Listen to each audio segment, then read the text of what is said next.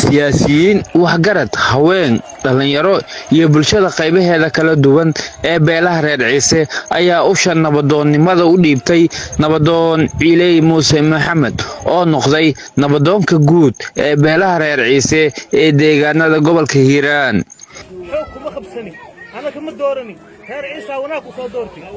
arrintan ayaa timid wadatashi muddo dheer soo socday oo ay yeelanayeen inta waxgarata ee beelaha reer ciise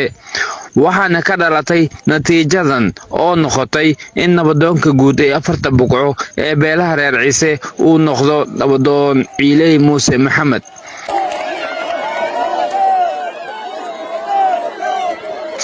qaar ka mid ah kasoo qaybgalayaasha munaasabadda cimaamad saarka nabadoonka beelaha reer ciise ayaa yiri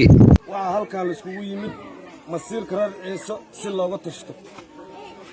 cidda wax badan baa ka qashaysan wax badan baa ka hadlaysan haddii ay masiirkooda ka tashteen waxay go'aan ku gaareen hoggaanka inuu ka hadlaysan yahay nabadoonkii guud ee 4 buqco ee reer ciise ku metelay la dhahayay maxamed cabdi cabdullaahi in codkii kalsoonida lahay oo hore loo siiyey maanta lagala laabtay ayadoo reer ciise wadasha lana siiyey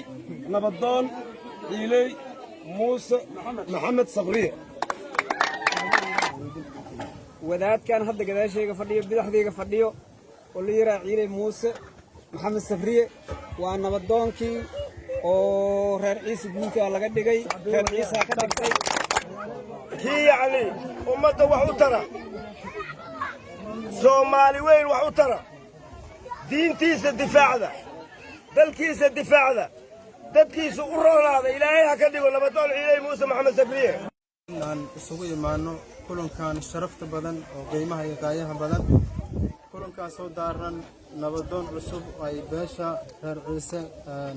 caleema saaranayso gogosha maanta fidsan tuulada Gugees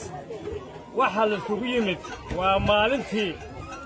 lagu doortay nabadoon guud heer ciise ay dooratay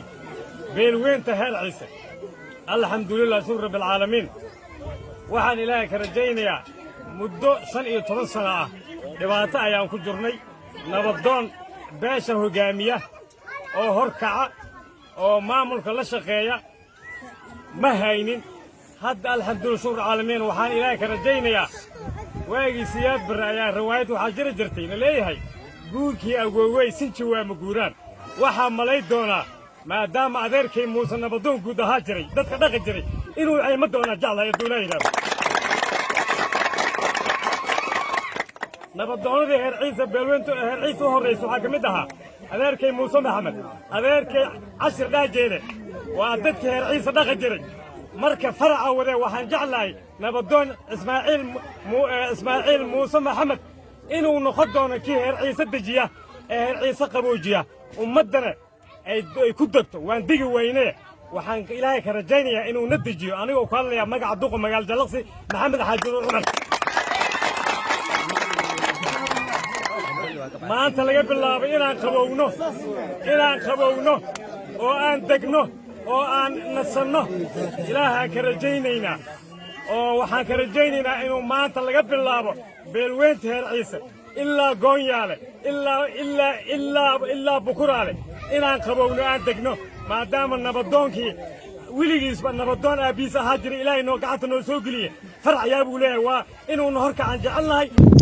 nabadoon ciiley muuse maxamed oo aqbalay ushi ay u dhiibteen beelaha reer ciise ayaa yiri maanta aniga oo reer ciise socdo oo yimideen yiraahdeen nabadoonkii noo noqo waxaan ilaahay ku xamdinaa aan ku mahadinaa inuu nin dhashi aan ahay oo reer ciise oo dhashi aan ahay oo maxaan ku yiraahdaa nabadoonkii noo noqo usha noo qabaa yiraahdeen anigana waa ka ajiibay waa ka qaatay. markan ka qaatay waxa jiro oo dadweynaha miidiya naga fiirsanaya aanu sheegayaa reer ciise waxaan ku hoggaami doonaa haddii alla idmo ciisoo nabade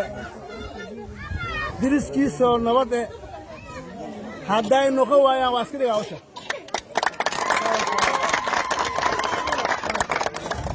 haddii ciisoo nabade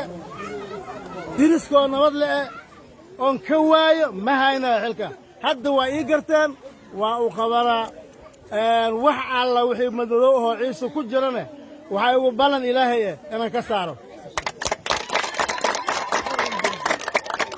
waxaan u kaashi doonaa aqoon-yahanada reer ciise waxaan u kaashi doonaa aqoon-yahanada oo cid kasta leh adduunka waa iska halaagay waa isku xun yahay dadkii alla ilahay isku soo diray dadkii ayagii oo isla dhashay ilahay isku soo diray la isku yaabin maa marka insha allah biidnillaahi alkariim wakhtiga oo iska gabaabsi ah xilka ii dhiibteen waa idiga qaadi waa idiga xambaari waxaana aan idigu xambaarayaa diriskoo nabada idinkoo nabada assalaamu calaykum waraxmatullahi cabdulaahi maxamed warbaahinta city jalalaqsi dhakhtarka lafaha isbitaalka xamar wuxuu kaa daaweynayaa cudurrada ku dhaca lafaha seedaha iyo margiyada ma isku aragtaa kalgoosyo xanuunka sida jilbaha xusullada